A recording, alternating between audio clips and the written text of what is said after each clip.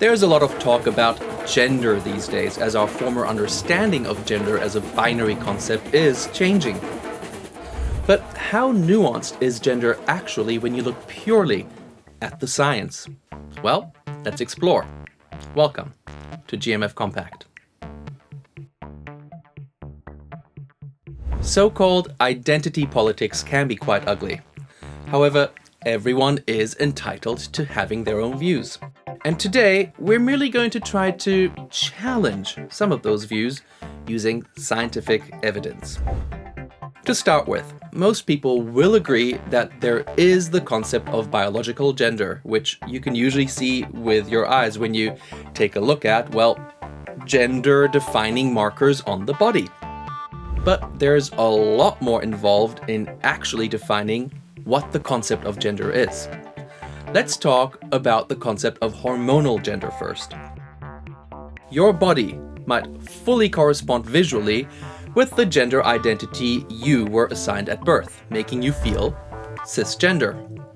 But for a myriad of reasons, your hormones might be doing the opposite of what is typical for your gender. Your estrogen or your testosterone levels might be different to other people, and it might take you decades or even more to discover that this is so.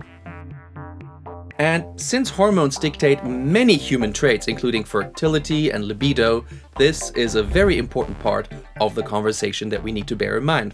So you could biologically be one gender and hormonally another. Next, what about chromosomal gender? So if you happen to have an extra X chromosome or an additional Y chromosome in your DNA, this will affect every last cell in your body. Now, this may, but doesn't have to, extend to those parts that usually dictate which bathroom you might want to use.